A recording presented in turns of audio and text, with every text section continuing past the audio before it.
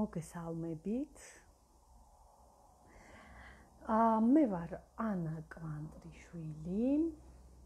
თქვენი მყოფებით ჩემს გვერდზე და დღეს გვაქვს live ჩართვა მანიპულაციის თემაზე. ანუ რა შემთხვევაში შეგვიძლია ან შეუძლიათ თქვენზე რომ მანიპულაცია მოახდინონ ადამიანებმა. Okay? ამ შემთხვევაში ვსაუბრობთ არა თვითონ იმ ადამიანებზე, ვინც მანიპულაციას ახდენენ, არამედ ვისაუბრებთ იმ ადამიანზე, ვიზეც მოხდება ან ხდება მანიპულაცია.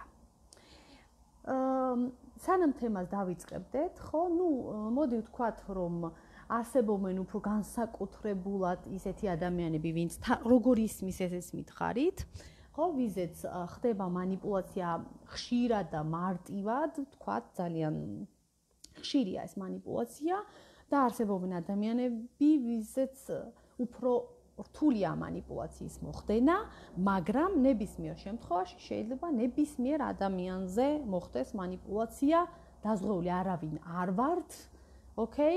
რაღაც ცოტა დროის მონაკვეთში თუ დიდი დროის მონაკვეთში. ამიტომ ეს ყველა ჩვენ თავზე მომხდარა და მოხდება სავარაუდოდ. უბრალოდ უფრო როგორ გავხდეთ ნაკლებად მოწყვლადები, უფრო მედეგები ამ კუთხით. ხო, ალბათ ამაში დაგეხმარებათ ეს ყველაფერი და დაგეხმარებათ იმაში, რომ თქვენი სუსტი ნაწილი იპოვოთ თქვენში ის ნაწილები, რამაც შეიძლება გაგხადოთ უბრალოდ მანიპულირებადი. დამიწერეთ ჯერ რომ გესმით ჩემი ხმა და კარგად გესმით ჩემი ხმა, 2 წუთი დაველოდები და გადავალ უკვე თემაზე, რომ შეგროვდეს ხალხი, ვისაც უნდა რომ დაესწროს უბრალოდ ჩემს live-ს. მოკლედ, დღევანდელი თემა გამარჯობა. აჰა, okay, მარი, გამარჯობა. ესე იგი, ისმის, კარგად ისმის და მოდი ნელ-ნელა გადავიდეთ თემაზე. ესე იგი, კარგად ისმის ეკა. მარიმაც კარგად ისმის. Okay, ძალიან კარგი. დიდი მადლობა უკავშირისთვის, სწრაფი უკავშირისთვის და დავიწყოთ. ესე იგი, მანიპულაცია რა არის? ხო, ანუ მართვა, ხო, ადამიანის, როდესაც შეუძლია მეორე ადამიანს, ან ბევრ ადამიანს, მოკლედ, კარგად ისმისო. მეორე ადამიანში შეცვალოს ემოცია, ხო? აი ემოცია მართოს შენი. მართოს შენი აზრები და ქმედებებიც კი. Okay? ანუ შეიძლება კონდეს აი სამ დონეზე მოხდეს მანიპულაცია. ემოციურ დონეზე, ანუ რაღაც ემოცია გადმოგცეს ადამიანმა, ან შენი ემოცია დაიჭიროს და მართული გახადოს.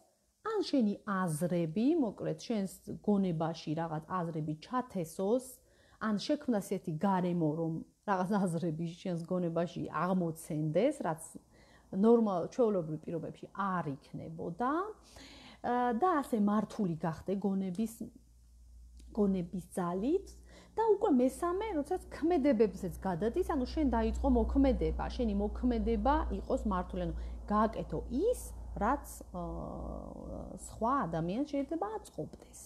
შენ და უნებურად ან შეიძლება შენი ნებითაც კი. ხო, იმ წამს და შეიძლება აი ნაწილობრივ გაცნობიერებითაც კი. მაგრამ ეს მოქმედება მაინც მოხდეს, ხო? აი ამ სამ დონეზე და შეიძლება რამდენიმე დონეზე ერთად ხდებოდეს, შეიძლება მარტო ემოციებზე იმოქმედოს, მაგრამ აზრები არ შეგეცვალოს, შეიძლება ხო, okay, ანუ ეს უკვე ინდივიდუალურია და სიტუაციურია, როდის, როგორ. ეხლა მინდა გესაუბროთ, აი რამდენიმე ჩამონათვალი მაქვს, რომელზეც მინდა გესაუბროთ, აი რა შემთხვევაში გახდებით თქვენ მარტივი მანიპულაციის მსხვერპლი. და პირველ რიგში მინდა აი პირველი დავასახელო ადამიანები, რომლებიც დამოკიდებული ხართ ვინმეზე ნებისმიერი ფორმით. შეიძლება დამოკიდებული იყო ფინანსურად, შეიძლება დამოკიდებული იყო ემოციურად, ხო, ადამიანზე. როდესაც შენ დამოკიდებული ხარ ვინმე ადამიანზე, ან არ ვიცი, სისტემაზე, ჯგუფზე, შენ ხდები მარტივად მანიპულირებადი. ოკეი? და აი პატარა მაგალითები განვიხილოთ. მაგალითად, როდესაც ქალი არის დამოკიდებულებითი, აი მიჯაჭვულობა აქვს, მამაკ აი მეწყვილეს ამ პარტნიორთან, აი მიეჯაჭვა მას. ნახეთ? კარგად დაფიქრდით. ყოველთვის, როცა ესეთი მიჯაჭვულობის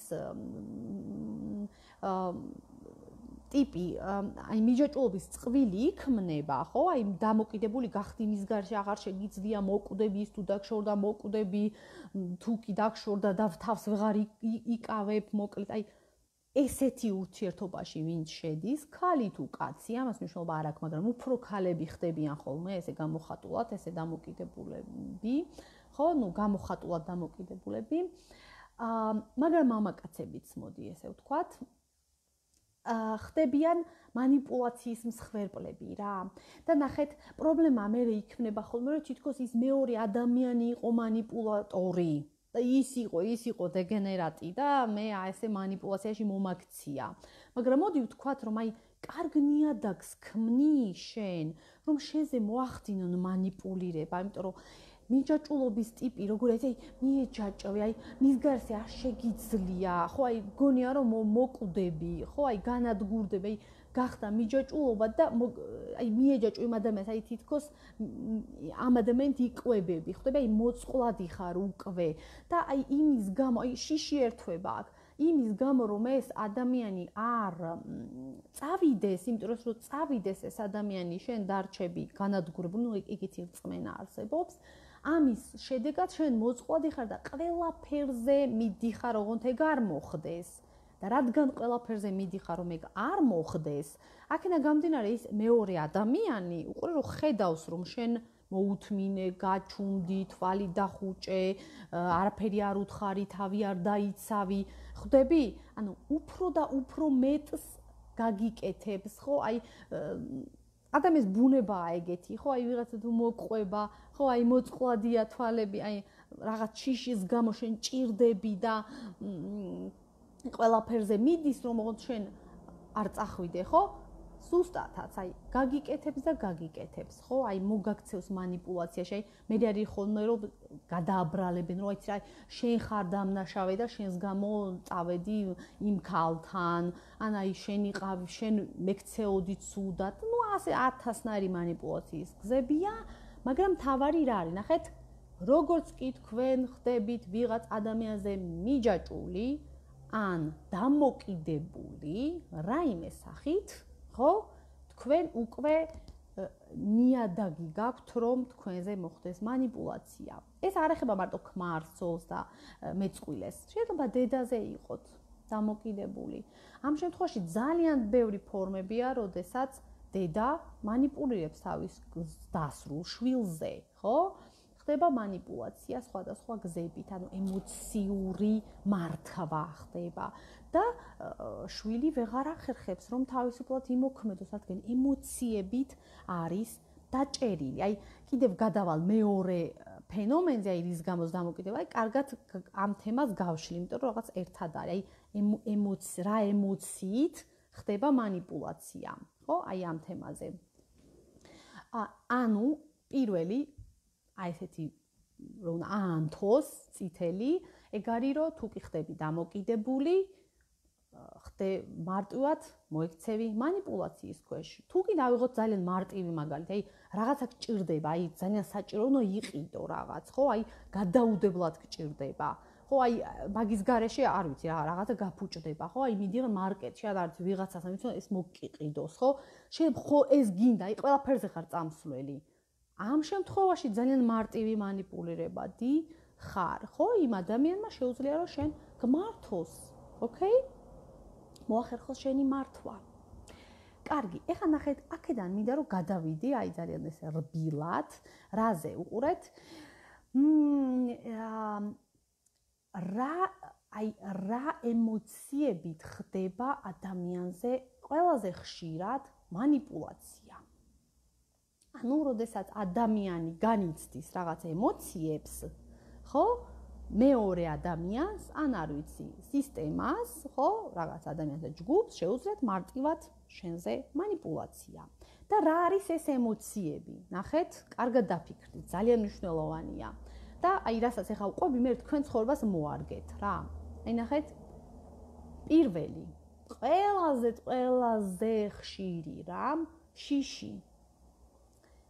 შიშით და შეშინებულ ადამიანზე манипуляция არის ყველაზე ხშირი, ყველაზე არ ვიცი, ხშირად რასაც შეხვდებით, ყველაზე მისაღებ ფორმას. თქვენი ხატია პირადში მომწერეთ და იქ მოგწერთ. შიშით ხდება ძალიან ხშირად მასებზე, აი ერთ ადამიანზე კი არა, მასებზე ხდება манипуляция, ძალიან მარტივად, ხო? შეშინებული ადამიანი ძალიან მოწყვლადი ხდება და ამ დროს შეგიძლია რომ გაატარო შენი მიზნები, შენ რაც გინდა ის ყველაფერი აი ამ შეშინებულ ადამიანზე. ამიტომ აი კარგად დაფიქრდით რა, აი ამ შემთხვევაში დაფიქრდით, თქვენ შემთხვევაში რომელი ემოციით ხდება თქვენი მართვა. რაც ზემოთ ვახსენე, ნახე, როდესაც ხდებით ვიღაცაზე დამოკიდებული და მიჯაჭვული, დიახ, აქ მუშაობს ზუსტად შიშის ემოცია. შეშინებული ხარ, გეშინია რომ ის არ წავიდეს და აი ამ შიშის ემოციით ხდება манипуляция. რა არის ეს შიშის ემოცია? მე წავალ, მე მიგატოვებ, დაგშორდები და ეხა ეს გამიკეთე, ეს აიტანე, ამაზე თვალები დაჰუჭე, გესმით? იმის გამ, აი ამ შიშის გამო შენ ყველაფერზე თანახმა ხარ, მართლაც, ოკეი?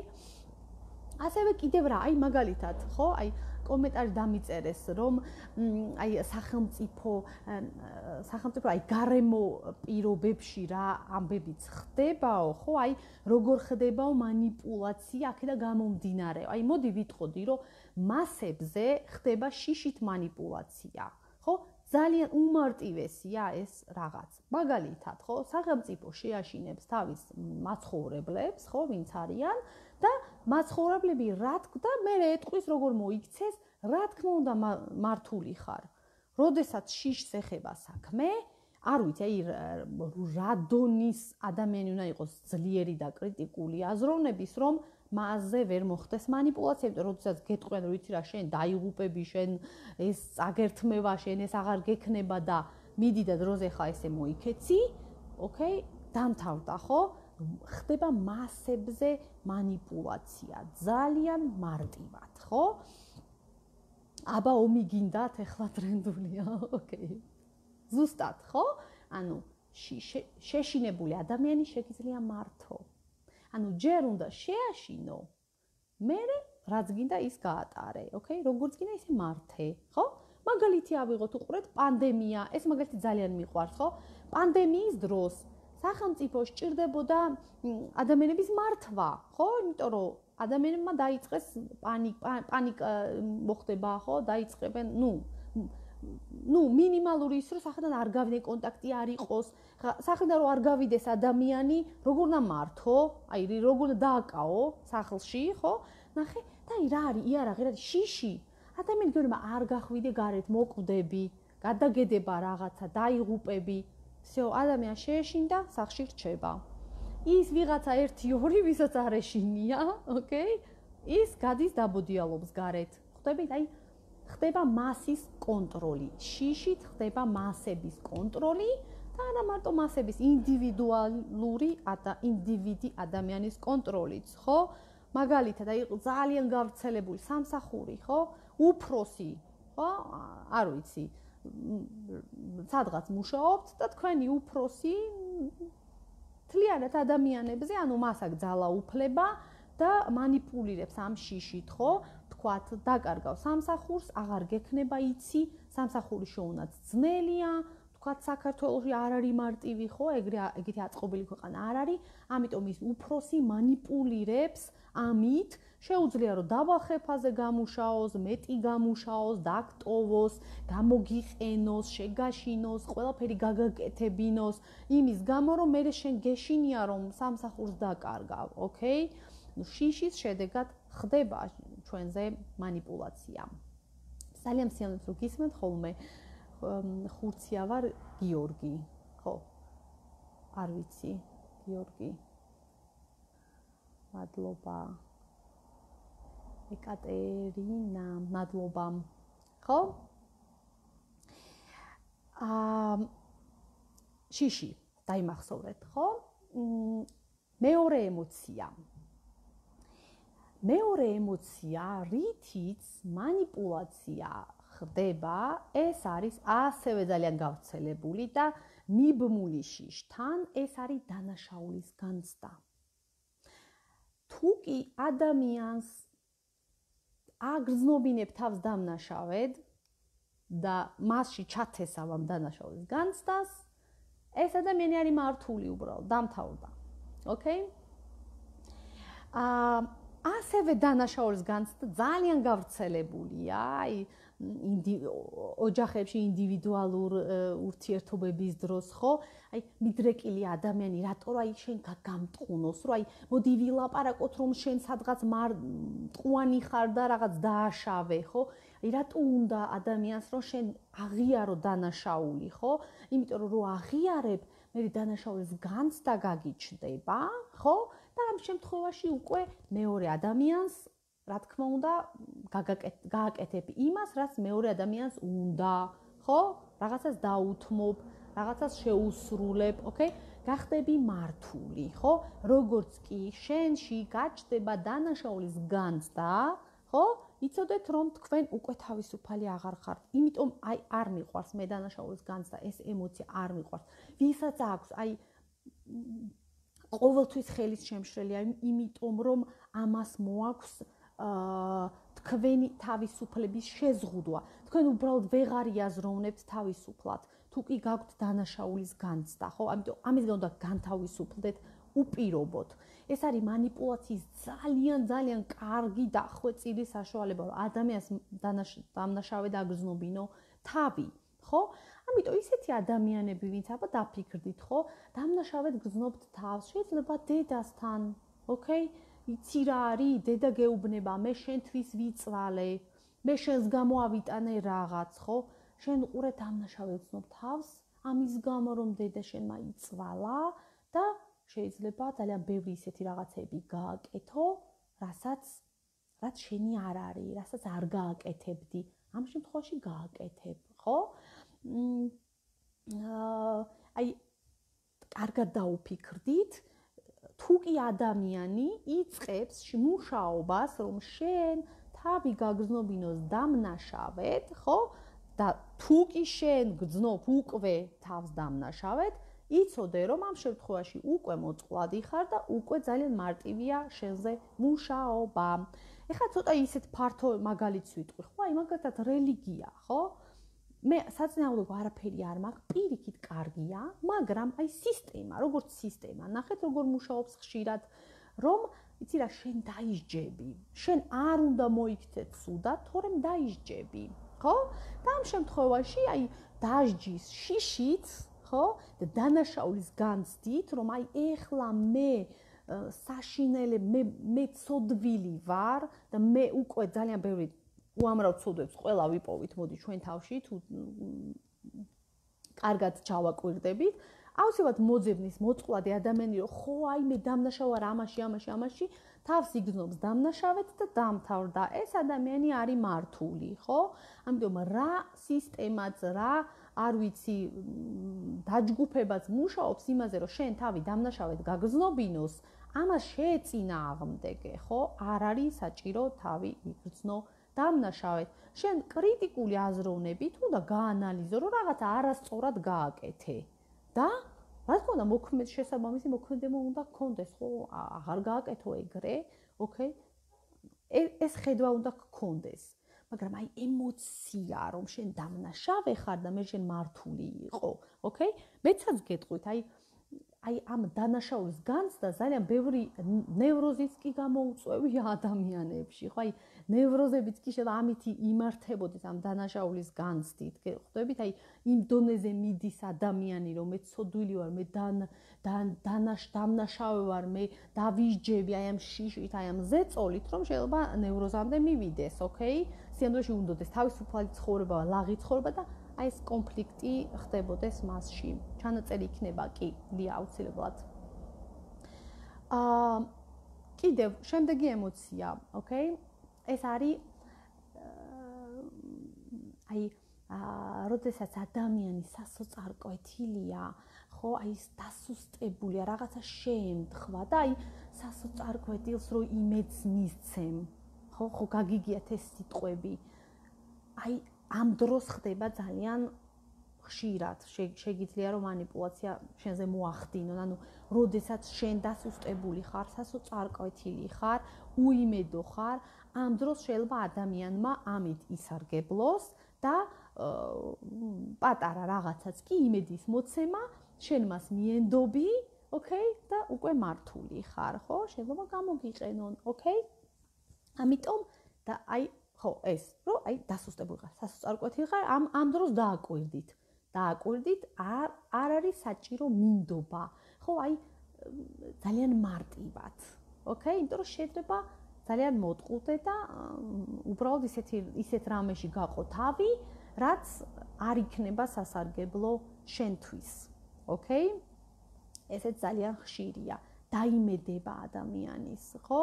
დაიმედება და აი სასოწარკვეთილი ადამიანი ყველაფერს ებღაუჭება, აი ყველა რაღაცა პატარა სისულელესაც მოებღაუჭება და ოკეი, ხა სხვა ადამიანის კეთილნებაზე ვერ ვიქნებით დამოკიდებული. ჩვენ უნდა ვიყოთ ჩვენი გონებაზე, ჩვენს თავზე დამოკიდებული. ყველაზე უკეთესი ვარიანტი ეგ არის, ხო? ამიტომ აი ეს სამი, ხო, აი ძირითადად მაინც მთავარია ეს შიში დანაშაულის განცდა და მე აი როცა სასოწარკვეთილი ხარ. სხვა შემთხვევაში ნახეთ, აი როდესაც ადამიანი, აი როგორ ხდება манипуляცია ემოციის დროს, შეგიძლია რომ დაინახო ადამიანმა, აი შენში დაინახოს манипуляტორმა რაღაცა სუსტი ხარე, ან რაღაცა მისწრაფება, მაგალითად აღიარების სურვილი.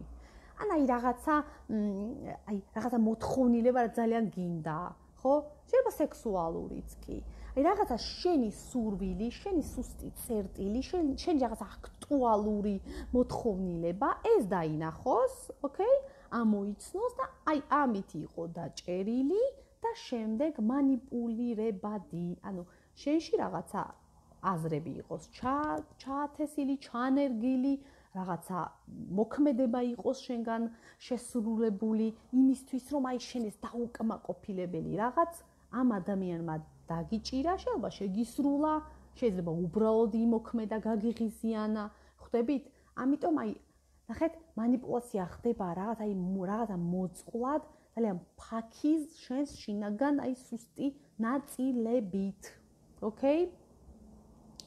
ამიტომ ნახეთ, ამიტომ ყველაზე შეიძლება რომ манипуляცია მოხდეს ყველა ადამიანზე გარკვეულ სიტუაციაში, ხო? და ამიტომ გვჭირდება კრიტიკული აზროვნება უბრალოდ.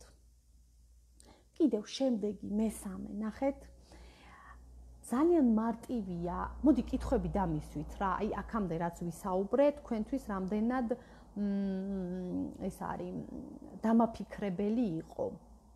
და მანამდე გადავალ მესამეზე.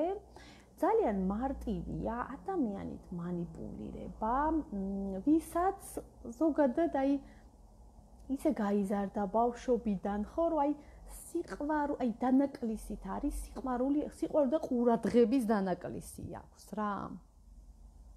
აი ესეთი ადამიანის манипуლირება ძალიან მარტივია. მაგალითად, როგორ ხდება ხოლმე, ნახეთ, რომ აი ვიღაც საოცრად ხსნიდა ჩემთვის სასარგებლოზე მეტიაო, მარი, ძალიან დიდი მადლობა. მაგალითად, ვიღაც, აი ყვებიან ხოლმე რა, რომ აი გამიღიმა და ვიღაცა რო გაგიღიმებს და დამთავრდა, გონება გადაგიტრიალდა, ხო? ანუ რა არის ეგ რას ნიშნავს? აი გაგიცინებს, ვიღაცა კარგად მოგექცევა, თავზე ხელს გადაგისმევს და მორჩა. რა იდეებიც აქამდე გქონდა, რა აზრებიც გქონდა, გეფანტება და всё, ანუ აი ესე რჩები რა, გაშტერებული, манипуლირებული, ხო? შეიძლება იმას განძრახ არც აქ არაფერი თქვათ პირობითა და შეიძლება აქ იმ ადამიანს. მაგრამ აი მოწყვლადი ხარ ადამიანი, ვისაც დაგაკლდა ბავშვობაში, აი ესე გაიზარდე სიყვარული და ყურადღება. შეიძლება ეხა ძალიან კაცრიც იყო, ესეთი დაჭერილი ტიპიც იყო, არც გემჩნეოდეს რომ ეს სიყვარული გაკლია, ინდივიდუალური, მყარადაც იდგე ფეხზე, მაგრამ აი ეს სიყვარულის ფაქიზი გრძნობა და აი როდესაც ადამიანი კეთილად გაგიღიმებს, ტკბილად დაგელაპარაკება, დამთავრდა იქ უკვე ანუ მასზე ხარ მინდობილი, უკვე მოგწონს, უკვე შენთვის კარგი ადამიანია, თვალებს უჟუჟუნებ, ხო, აი დამთავრდა. და აი არის ხოლმე რომ იცი რა, აი დრო გავიდა, თქვათ, რაღაც პერიოდი და ადამიანი მერე ხვდება, რომ იცი რა, აი იმან რო იქ მე გამიღიმა და ტკბილად მელაპარაკა, რო დავუჯერე, სულაც არ იყო ეგ სწორი და აი ეხლა ვხვდები, ხო? ეხლა გამოვფხიზლდი. და ესეთ კითხვას სვავს ხოლმე ადამიანი, რომ აი ეგეთი შემთხვევა მქონდა რა, ეხლა და გამახსენდა ეგ მაგალითი ჩემს პაციენტთან, რომ იცი რა, კითხვა დასვა რა ადრე, რომ რომელია მართალი მდგომარეობა, მაშინ როდესაც ადამიან კეთილგანწყობით განვეწყე, თუ ეხლა როდესაც დავეჭვდი და მე მგონი რაღაცა არასწორი მოხდა მაშინ, ხო? აი კითხვასაც კისვას, აი არ იცის რომელია სწორი, ხო?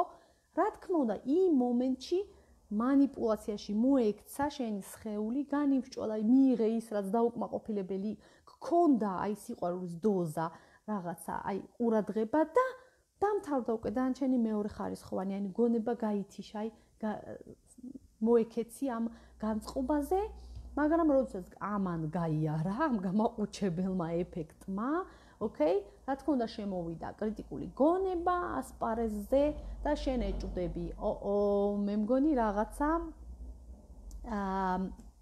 რაღაცა შემეშალა.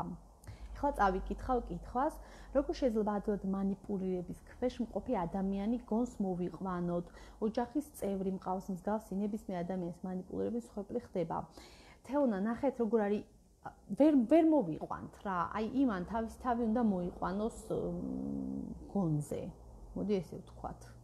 ხო?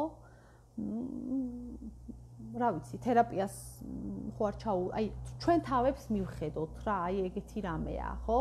კი, ჩვენ გვადარდებს რომ ჩვენი მეგობარი, ჩვენი შვილი, ჩვენი დედა, ჩვენი ქმარი манипуლაციაში ებმება და ჩვენ ამას ვხედავთ და ჩვენ მესამე ვართ და ვაკვირდებით სიტუაციას, მაგრამ ძალიან რთულია რომ იმ манипуლირებულ ადამიანზე ზემოქმედება მოახდინო. ან შენც უნდა манипуლაცია მოახდინო, ზემოქმედებით შემოაბრუნო, მაგრამ ესეც манипуლაცია იქნება, ხო? ან, არ ვიცი, თერაპია უნდა ჩაუტარო, რაც საკმაოდ და გამოაფხიზლო და რაღაცას შეახედო სიტუაციაზე, რაც არ ვიცი, ამის ხო, რამდენად იქნება ეს შესაძლებელი. ამიტომ ჩვენ უბრალოდ ვართ რა, უბრალოდ ვხედავთ, შეიძლება უბრალოდ უთხრა ადამიანს ერთხელ რჩევა მისცე, ხო? ის ან გაითვალისწინებს, ან მიხვდება, ან ვერ მიხვდება, მოკლედ, ვერაფერს ვერ უშველით რა. როგორც ხდება, ისე ხდება სხვა ადამიანში, ანუ ჩვენ ჯერ ჩვენ თავებით ვიწყებთ. ეგ. ხო, ანუ ბოლოს რაც თქვი, ხო, რომ აი ვისაც აკლია, სხვათა შორის აი თუ კი თქვენ თავს ეგრე აღმოაჩენთ, რომ აიცი რა ვიღაცა გაგიღიმებთ და თქვენ უკვე დამთავრდა, ხო, ეს იმ დროს უკვე ის ადამიანი გიყვარს და ასე შემდეგ და ექცევი ამ манипуლაციაში და მე უცებ ფხიზლდები, უნდა იცოდეთ, რომ ეს ზუსტად ნიშანია, რომ თქვენ სინამდვილეში ის გაკლიათ, აი სიყვარული გაკლიათ, გაკლდათ ან კიდევ, ხო? აი ესე გაიზარდეთ რაღაცნაირად, ხო? აი ცოტა დანაკლისში, ხო? და ის ბავშვი ხართ და ეხა ის ბავშვი იკვებება. ხო, აი დანაკლისით, ხო? ამიტომ ეს ნიშანი იყოს თქვენზე. კიდევ ვკითხულობ კითხვას, როცა ადამიანს ხავს მხოლოდ იმიტომ ვერ სთხოვს პასუხს, რომ მათი პასუხის ეშინია და იმ ადამიანს სთხოვს პასუხს, რომელიც ისეას ანგარიშს უწევს, ამ დროს რა ხდება? ეს ნახეთ რა არის ეხლანათია. ხო თქვი რომ შიში არის, აი მთავარი ემოცია, რითიც ხდება манипуляცია. ესე იგი, ეს ადამიანი თავისი მხრივ манипуლირებადი, ანუ მასზე ზემოქმედება ხდება, ანუ აი მას მართავენ, მაგრამ უყურეთ, თავადაც ესეთია. თავადაც მართავს იმას, ვისაც შეუძლია რომ ვინც მასზეა მინდობილი. ხვდებით? ორმაგია ეს. აი თვითონ ეგ ადამიანი თვითონაც მართავს და თვითონაც უნდა სხვისი მართვა, ხო? აი ეს როგორი რაღაც არის, იცით, რომ აი სადისტურ, მაზოხისტური ეს თუ აქ ადამიანს, ხო? საწყისები, აი ეგეთი წვილები იქმნება რა, აი ან შენ ხარ სადისტი და იმას აწვალებ, ხო? და ის რაღაცა მსხვერპლია, ან შეიძლება უცებ შეიცვალო სიტუაცია და ამ შემთხვევაში შენ თუ დასუსტდი, აი ეგ მსხვერპლი მერე შენს წამებას იწყებს, ხო? ან ვიღაცა შენ გაწვალებს, შენ მსხვერპლი ხარ და შენ ვიღაცა უფრო სუსტი დაინახე და შენ იმას აწვალებ, ხო? აი ეგეთი რაღაც ხდება. როგორ დავახციოთ თავი ასეთი ადამიანის მართვას? ოკეი, ეხლა ნახე, მორჩა, აი გადავდივარ. როგორ დავახციოთ თავი? ხო, სანამ ამაზე გადავალ, ვიტყვი რომ კიდევ ერთი, აი მეოთხე მთავარი რაღაცა არის, რითიც შეუძლიათ манипуляციის მოხდენა. შეიძლება არც შიში იყოს საქმეში, არც დანაშაულის განცდა, არც ვიღაცაზე დამოკიდებული, არაფერი, მაგრამ უბრალოდ ადამიანს არ კონდეს კრიტიკული აზროვნება განვითარებული. მხოლოდ ეს მოცემულობა კონდეს და ასეთ ადამიანზეც ძალიან მარტივია манипуляცია. ხო? და ეხლა უყურე, შემდეგზე გადავდივარ. როგორ დავიცვათ დავაღწიოთ თავი. ნახეთ. აი ყველაფერი ეს გასათვალისწინებელია და უნდა შემოვაბრუნოთ. ნახეთ, რითი ხდება манипуляცია. სუსტი მხარეები იქნება შენში მოძებნილი, манипуляტორმა ეგ იცის. ადამიანს ვიზეც უნდა რომ манипуляცია მოახდინოს, უნდა მოძებნოს მისი სუსტი წერტილი, სუსტი ნაწილი და ამ სუსტი ნაწილით დაიწყება მისი მართვა. ოკეი? და ნახეთ როგორ არის ამას დამატებული კრიტიკული აზროვნება. ანუ ადამიანმა რა უნდა ქნას? კრიტიკული აზროვნების არ არსებობა. გამარჯობა ნინო, გვიან შემოგვიერთდით, მაგრამ თავიდან მოусმეთ იქნება ჩანაწერი. ნახეთ, ერთი უნდა იმუშაო შენ სუსტ ნაწილებზე, ანუ ნახეთ, სხვამ კი არ უნდა მოგიძებნო სუსტი ნაწილი. შენ იმ სხვაზე ადრე უნდა იცოდე საკუთარი სუსტი ნაწილები, ოკეი? მოძებნო ეგ ყველაფერი და ეგ სუსტი ნაწილები უნდა დაამუშაო. ხო? მაგალითად, თუ გაქვს შიშები და ამ შიშებით იმართები, უნდა იმუშაო ამ შიშებზე. თუ დანაშაულის განცდა გაქვს, უნდა იმუშაო ამ დანაშაულის განცდაზე. ხო? მაგრამ სანამ აქამდე მიხვალ, აი სანამ მუშაობამდე მიხვალ, სანამ ემოციების აღმოჩენამდე ესე ხო არ არის, რომ ზემოდან ხო არ ყრია ეს ყველაფერი, ხო? შენ აწარმოო, გათხრები საკუთარ თავში. სანამ აქამდე მიხვალთ, ნახე, პირველი რაც ძალიან გჭირდებათ არის კრიტიკული აზროვნება. მეგობრებო, ანუ კრიტიკული აზროვნება რა არის, რომ ყველაფერი უპირობოდ არ მიიღოს გონებამ. აი რაღაცა გითხრეს, მიიღე, ალბათ სწორი იქნება, სწორია, რადგან ეს თქვა სწორია. აი იღებ ფილტრის გარეშე. აი მიზანი არის, რომ არავითარ შემთხვევაში, არავის ნათქვამი, არც ჩემი ნათქვამია, არც არავის ნათქვამი არ მიიღოთ ესე უბრალოდ. აუცილებლად უნდა გაატაროთ კრიტიკულ ფილტრში, ოკეი? ანუ უნდა ნებისმიერი, ნახეთ, ნახეთ ნიშნული რა არის, აი მამა ქალებზე უფრო მეტად აი თითქოს ხდება ხოლმე манипуляცია. რატომ? ან ქალების მიმართ მარტივად ხდება ხოლმე, მაგალითად, აი დღევანდელი, არ ვიცი, სარეკლამო ინდუსტრია დგას ქალებზე. ქალები არიან მომხმარებლები. ქალებს შეგვიძლია ყველაფერი აყიდინო და ნუ რა ვიცი, ხო, манипуляციური ხერხებით, ხო? რატომ? იმიტომ რომ მამა კაც მეტად აქ განვითარებული, ნუ ყველას არა, მაგრამ ნუ პირობითად ვიძახი რა, ანუ აი პირობითი პროცენტები. კრიტიკული აზროვნე, აი უფრო კრიტიკულია, არ მინდა, ხო? უფრო იტყვის, უფრო დაფიქრდება და ეჭვდება. ხვდებით? ქალი უფრო კაია, ოკეი, ვიყიდი. ხვდებით? ისედაც ინფორმაცია, მაგალითად, არ ვიცი, ტელევიზორში ინფორმაციას აცხადებენ. ქალი მოისმენს, ჰოპ, დაიჯერებს უცებ, მიდის, გვიან ერთვება ეს კრიტიკული აზროვნება, ხო? უფრო ინტუიციურია, ხო, ქალი და ინტუიციას ანუ დაუჯერო არ უნდა მიყვე, ან არა, ხო, ან ვერ მიყვები. ხო, მამაკაცი უფრო კრიტიკულად, ეხა ეს ინფორმაცია რომ მივიღე, მოიცა, ეხა და უფრო აი აზროვნებით შეხედავთ, ხო? შეხედავს. ამიტომ უყურეთ, უფრო манипуляცია მარტივად ხდება თუ თქვენ არ გაქვთ კრიტიკული აზროვნება განვითარებული. ამიტომ თუ კი რამე ახალს მიიღებთ, ახალს გეტყვიან, როგორც უნდა მოიხიბლო, მოგეწონოს, რა კარგი იდეაა. შეიძლება რაღაც შენ ისეთ რაღაცაზე შეგეხო, ოკეი? რომ უბრალოდ მოტყუდი, არაფერი იდეა არ არის.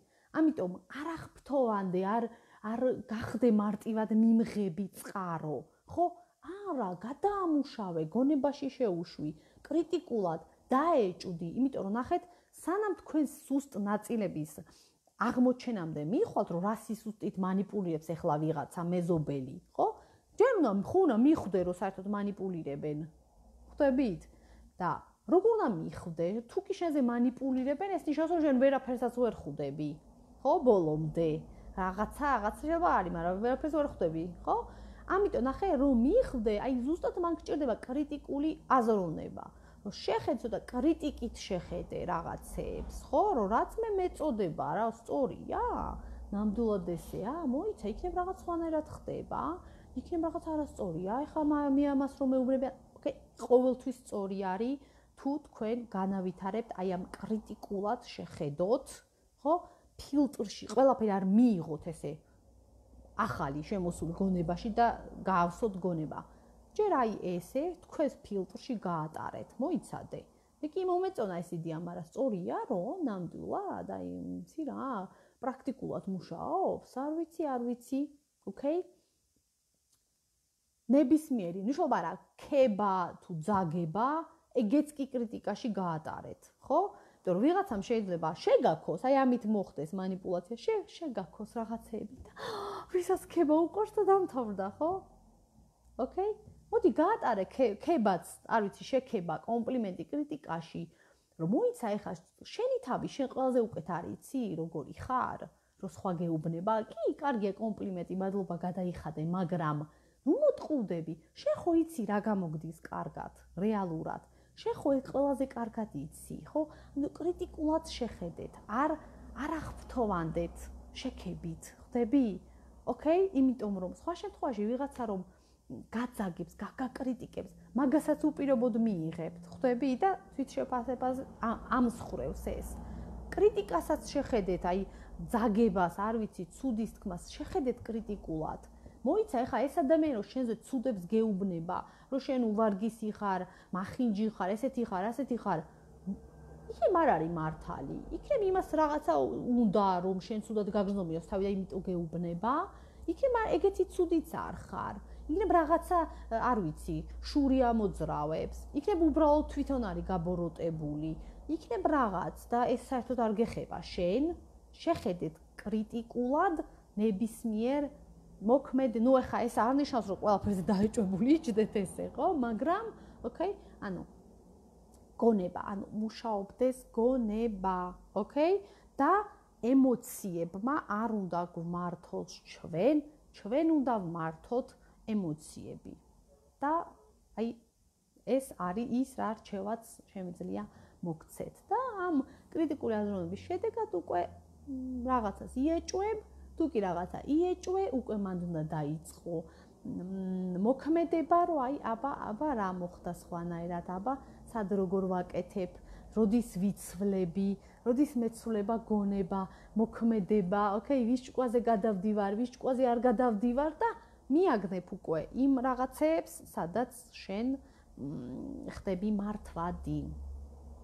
მოკლედ, დიდი მადლობა, რომ მისმენდით. ეხლა თუ კითხვა დაიწერება, გაგცემ, თუ არა და როდესაც გავთიშავ შემდეგ თქვენს კითხვებს ჩავუჯდები და მოგწერთ, ვინც ლაივის შემდეგ დამისმევთ კითხვას.